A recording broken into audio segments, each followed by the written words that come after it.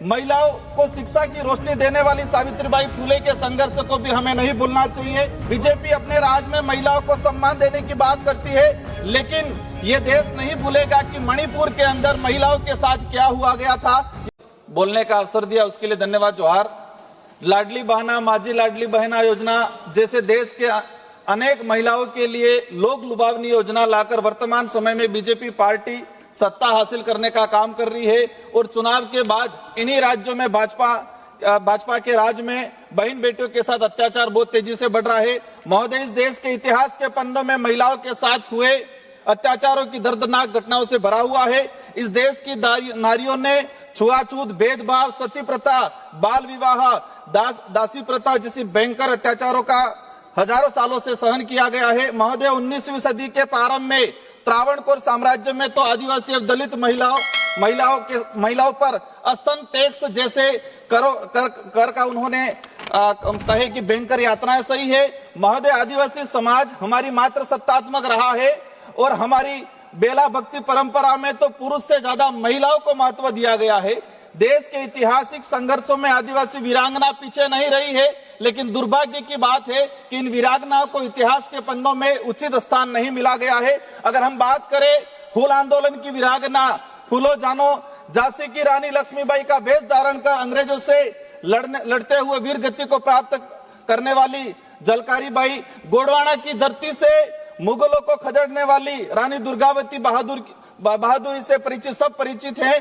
महिलाओं को शिक्षा की रोशनी देने वाली सावित्रीबाई फुले के संघर्ष को भी हमें नहीं भूलना चाहिए और हमारे भील आदिवासी समुदाय के अंदर शिक्षा के लिए बलिदान देने वाली भील वीरांगना कालीबाई के इतिहास को भी सम्मान नहीं मिला है। आजाद भारत में चंबल की शेरनी फूलन देवी और बस्तर की क्रांतिकारी सोनी सोरी जैसे नारियों को भी भयंकर यात्राओं का सामना करना पड़ा है। बीजेपी अपने राज में महिलाओं को सम्मान देने की बात करती है, लेकिन ये देश नहीं भूलेगा कि मणिपुर के अंदर महिलाओं के साथ क्या हुआ गया था। ये काला अध्याय है आजाद भारत का। आज देश के आदिवासी बाहुल्य क्षेत्र के अंदर अगर बात करें तो आदिवासी दलित बाहुल्य क्षेत्र में महिलाओं के साथ आए दिन अत्याचार हो रहे हैं और राजस्थान में भजनलाल जी की सरकार में तो कई जगह आदिवासी दलित एवं महिलाओं को न्याय की तो दूर की बात है, अगर उनके साथ अत्याचार होता है तो मुकदमा तक भी दर्ज नहीं हो रहा है। वर्तमान समय में महिलाओं को शिक्षा से जोड़ना वो अपने आप में अपनी जगह बना लेंगे।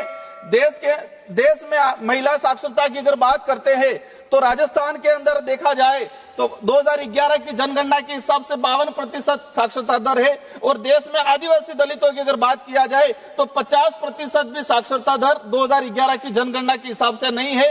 तो हमें समझना पड़ेगा कि सबसे पहले महिलाओं को अच्छी क्वालिटी की एजुकेशन दिया जाए, वो अपने आप अपनी जगह बना लेंगे। उनको विधानसभा में आना है कि लोकसभा में आना है। संविधान निर्माण समिति में 15 महिलाओं को प्रतिनिधित्व दिया गया, उसमें एक भी आदिवासी समुदाय की महिला नहीं थी। माननीय सभापति महोदय, आज बीजेपी नेता बोल रहे हैं, माननीय सभापति महोदय, रात की 12 बजी है और सबसे ज्यादा इस देश के अंदर महिलाओं के साथ अत्याचार हुआ है और उसमें भी सबसे ज्यादा आदिवासी और दलित समुदाय की महिलाओं के साथ अत्याचार हुआ है। उस समुदाय का प्रतिनिधित्व करने आ रहे हैं तो हमें इस बात को रखना दिया जाए। माननीय सभापति महोदय, महिला आरक्षण बिल 2023 में ही आ गया था और हम उस समय जो भी लोग थे उनसे समर्थन किया था। हम कहेंगे पहले जनगणना करा दी जाए और जनगणना के बाद डिलिमिटेशन करें और उसके बाद आप लागू करें, लेकिन वो नहीं करना है।